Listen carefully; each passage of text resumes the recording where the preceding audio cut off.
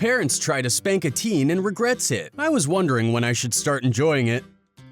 Nurse said I was squeamish because I hadn't had children yet. I traumatized her by telling her about the illegal medical testing I endured as a child. My fertility doctor ordered some blood tests for me, 34F, and I went to my local healthcare clinic to get them done. I have trypanophobia, which I disclosed to the nurse who would be taking my blood. I always need to warn them because I can handle myself okay for around 10 mins or so, but if the blood draw takes too long, I'm likely to vomit and/or faint. I once very embarrassingly threw up on the nurse's shoes. The nurse looks at me like they don't believe me and asks if I have children. I say no. Keep in mind that the labels for my blood tests have the word infertility in big bold letters, but whatever. The nurse goes on about how I won't be this squeamish once I have kids. I'm pretty pissed off at this point as I can already feel a bit woozy, so I say very coldly, I didn't used to be squeamish about needles as a kid, which is why the doctors in my home country volunteered me for medical testing and training. My parents got paid while I was used as a human pincushion for medical trainees. I specifically remember the day they taught students how to draw blood from my neck.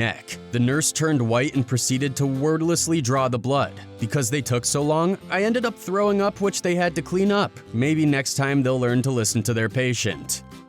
Karen said boys will be boys, so I returned the favor. More than 20 years ago, when me and my sisters were still in elementary, our mom took us to a shopping mall for clothes and groceries. Major supermarket was attached to the mall. After everything was over, we stopped by the bookstore where us kids picked whatever books we wanted while she was picking educational books for both of us. The bookstore also was selling some physical discs for various softwares, including games. While both of us were looking into games we wanted, a little boy of our age came next to us, opened up one of the discs, and poked my sister in the eye. My sister immediately started to cry her eyes out, and my mom rushed over to see what was happening. She scolded the little boy after hearing what happened, to which he got upset and went to grab his Karen of a mother. Karen comes over and demands to know who yelled at her son. The two ladies began to get into a shouting match. My mom argued the kid had no reason to hurt my sister like that and should be taught better. Karen argued boys will be boys and that he doesn't know any better. She asked my mom, "Why are you overreacting?" I decided enough was enough. I did a frontal kick on the kid as hard as I can, making him fall on his ass. I saw there was a nice footprint imprinted on his shirt. He began to let out the most annoying cry I've ever heard. The Karen quickly rushed over to her little turd and began shouting at me. I looked her in the eye and said, "Boys will be boys. Why are you overreacting?" She tried to argue more, but her friend, sister, held her back and ushered her out of the store. We went to get burgers and fries afterward, but my mom also lectured me about how violence isn't the answer. Me being a little sprouty elementary kid didn't care and rode that hype train for weeks. Didn't look pretty enough 4 hours after my mom died. This happened a really long time ago now, but I have never seen anyone run away from a situation quite so quickly, and sometimes I do wonder what the guy thought or if he learned his lesson. So my mom had been terminal and was in hospice care in our home. We knew time was limited, however when I'm upset, the first thing to go to hell is my sleep schedule. I had slept 2 hours that night and hadn't been getting much more sleep than that for the few weeks preceding this. But she ended up passing slightly before 4 in the morning that this took place. So after she passed, I decided I needed caffeine to get through the day. So when the nearest gas station opened up at 8 a.m., I headed over there for some energy drinks. I likely did look like a bit of a mess. It's easy to tell when I'm tired, and I was wearing college merch that was much bigger than my usual size. I get out of my car and start shuffling through my clothes. I couldn't remember which gigantic pocket I had put my wallet in. While I did that, this man pulls up to a pump in a very shiny car. I don't remember what he looked like beyond that he looked a bit like a very put-together game show host. This man turns to me, he was 20 feet away, so this was all said loudly, and says, "It's a shame someone so pretty can't improve everyone's day with a smile." I burst out crying. Ugly crying with the sobbing mouth thing and shaking. Just went from standing there hoping I hadn't left my wallet at home to bawling in a mostly empty parking lot. I did manage to yell something like, "I'm sorry I'm not pretty enough for you when my mom died 4 hours ago." Dude turned on his heel and left. Didn't pump gas, didn't go inside for coffee, didn't apologize, just got in his car and left. I was saved from standing in the parking lot sobbing by a woman who I think was jogging and heard what the man and I said to each other, and the employee of the gas station who were very kind. "I was getting tampons, officer." So I got pulled over one night coming back from Walmart. I definitely deserved the ticket, speeding, but the cop was asking for too much information. It was late, I was cramping. I just wanted to be home so I could stop bleeding in my pants and eat my cookies. Of course, the typical question, do you know how fast you were going? Big sigh. Yes, sir, 65. Where are you coming from? Okay, fair question, I guess. It is 12 a.m. Walmart officer. What were you getting at Walmart? Okay, why do you need to know that? I just want to get home, my guy. But since you asked, I was getting tampons. Do you want to see them? His eyes got wide and he walked away, without saying a word. Came back to give me my ticket and he couldn't make eye contact. Most expensive box of tampons I have ever bought. However, the look on that guy's face was priceless. My wife's dead. When my son was born, I was a stay-at-home dad for the first year of his life. We also lived in New York City and I loved taking him out into the city to do things. Nearly every subway ride, though, I'd have some kind of encounter with a woman or group of women, usually boomers, who would say some variation of, "Giving mom the day off?" or "So nice to see dad's babysitting once in a while." Now, first off, it's not possible to babysit your own kid. It's just called parenting. But second, I was the primary caregiver. Mom was at work. I stayed home with the boy. It got real old fast. But I found a very nice trick that shut these old biddies down real quick. Anytime someone would ask if I was babysitting or giving mom the day off, my face would fall. I'd get real quiet, and after taking a moment to compose myself, I'd say something like, "My wife died during childbirth." Or, "My wife is currently undergoing radiation treatment for stage 4 cancer. She's at a clinic in California. I haven't seen her in such months." Or, my favorite, "His mom abandoned us when he was just 6 weeks old. She'd been using drugs pretty heavily while pregnant, and so he was born addicted. I didn't hear from his mother for months after she left until one day I found out she'd overdosed and died. This little guy is all I've got left of her, but we carry on best we can." Shut them up real quick.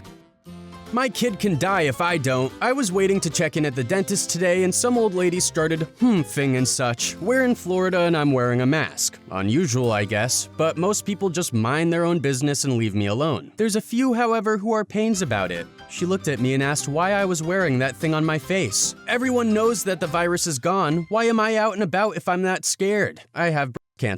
And I'm not feeling great today. Mine's not terrible considering. My son also has cancer and his is bad. Grade 4 brain cancer. I just looked at her and said, "My oncologist says cancer patients need to be careful about dental care. Plus my kid can die if I don't." She turned sheet white and left me alone the rest of the time we were in the waiting room together. I'm pretty sure the dental hygienist who came out to get me was purposely a bit louder than normal asking about how my son was doing. Comment on my butt at work? Let me make this uncomfortable for us both. I was working as a front-end cashier for a local grocery store. It was around the time of my lunch break, so my line was closed off after this last customer. Grizzled, 60-70-year-old bearded guy. We'll call him BG for bearded guy. Me, early 20s, feminine cashier. As I finish ringing up his purchases and he goes to slide his card, the card machine doesn't work. I tell him to keep swiping until it beeps. We were mid-change to new sales systems, so this was a common occurrence. I bend under my till to clean and organize while he's sliding his card. As I'm bent over, his card dings. Sweet, let's wrap this up so I can go eat. Instead, ding! BG. "Oh, I liked it when you did that." I'm still under the till. I roll my eyes, and then inspiration strikes. Petty inspiration. I come up. "Did what, sir?" BG. "When you bent over, it worked." Confused face. "Why?" BG. "Well, it liked it when you bent over." Me. "Why would it like that I bent over?" BG. "It's a boy card. Boys like it when girls bend over." Me. "But why?" BG. "Well, they just do." Me. Gleeful on the inside at this point. "But why? I don't understand." BG. Getting flustered, his face gets red. He mumbles, "Ma'am, you're making me a little uncomfortable." I drop the dumb act. I lean forward across the check stand and look right into his eyes. And how do you think I feel when a man makes an unwanted comment on my backside while I am at work? He's 20 shades of red, stammering. I meant no disrespect. It was supposed to be a compliment." I put on a very stern face. "It was disrespectful. Please don't comment on women's bodies when they work." "I'm so sorry. It won't happen again." He collects his bags and leaves without another word. Gleeful vindication. Good. Now maybe you won't go and harass other people at their freaking jobs. My mom's awesome response to proselytizing. My Jewish mother came up with the best way to shut down people asking her to convert to their church. One lady told her that she could only go to heaven through their specific brand of Christianity. My mom started sniffing back tears and said, "I guess that means my entire family that were killed in the Holocaust are in hell, along with my little sister who died of leukemia when she was 6. If that's the case, I want to go to hell so I can at least see them again." The lady clearly felt bad and never asked again. This strategy has come in handy a time or two. Mother tries to spank teenager and regrets it. I'm well into being an adult today, and this is a story of how I stopped my mother from ever spanking me again. My mother has always been fond of physical punishment. She's a pusher, slapper, hit with a random objector, and a spanker. I got spanked a lot for things I did and things she perceived I did. She spanked me well into being a teenager as well. I was 16 or 17 at the time, and my wet towel from showering was on my bed. My mother always lost her mind over not hanging a towel properly, and frankly, this was a mistake I made often. She came in while I was dressing, saw the towel, and she immediately grabbed and spun me to start spanking. I'll never know what devil took over, but it was a devil that had been needed much sooner in my life. Instead of crying out in pain, I said, "Oh."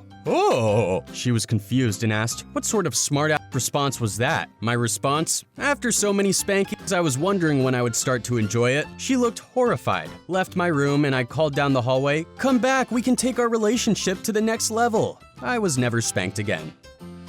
I traumatized a cop with a tampon. When I was 19, I was driving home from a large city and I was having a really heavy period. I lived about 45 minutes away and not 10 miles outside city limits. I noticed a cop started following me. I was getting nervous because I had started speeding due to an unfortunate sneeze. Think light tampon meets 4 hours of heavy flow. It literally shot out like a bullet train, leaving a large bloody wake that coated my thighs and skirt. I tried unsuccessfully shoving it in while driving and keeping an eye on Officer Chris P. Bacon, but it was for naught. As I predicted, the donut muncher flipped on his little flashy lights and I broke. I started wailing and pulled over as huge tears started pouring down my face. This dude no doubt was peeved that he got stuck out in the country where everyone knows everyone and texts/radios them all to warn them, but he clearly wasn't prepared for me. Chris P. License and Are you okay? Me, howling and holding out bloody hands. No! I'm having my period and my stomach hurts and my head hurts and my tampon came out and I can't get it back in and this is a new dress and it's ruined and I just want to go home. Cries even harder. Chris P. Where is home? Me, name's town. Chris P. Just try to drive safe. Practically trips over himself getting back to his cruiser. Honestly, that was probably one of my proudest moments.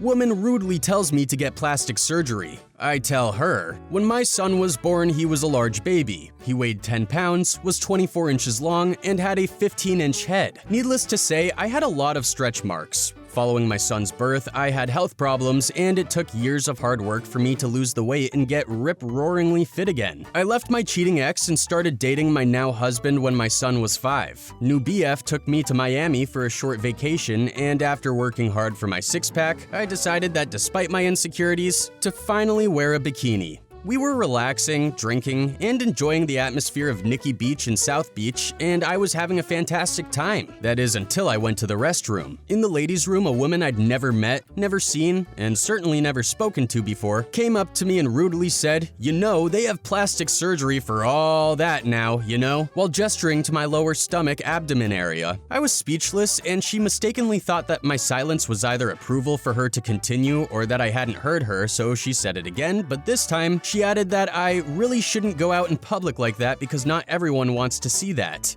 Ew. After I recovered from shock, I forced myself to burst into hysterical tears. She looked stunned and said, "I'm sorry, you didn't know you looked that bad." And I replied, "It's not that. I have 7 children and my baby who gave me these stretch marks just died 3 months ago." And I continued to sob. Her face was twisted in horror and her 2 friends who had been standing by trying to ignore her told her she was a complete bitch.